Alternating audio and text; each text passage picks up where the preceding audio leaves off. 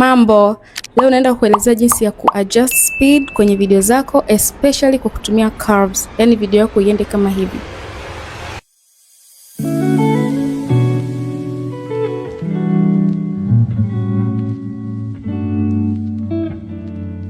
So easy, na naenda kuelezea ndani ya sekunde 60 tu, na unaweza kujaribu for your next video. Let's do this. Ukisha video yako iselect, alafu utafuta speed. Bonyeza speed afu bonyeza curve. Utakutana na curve nyingi sana kama montage, hero na nini.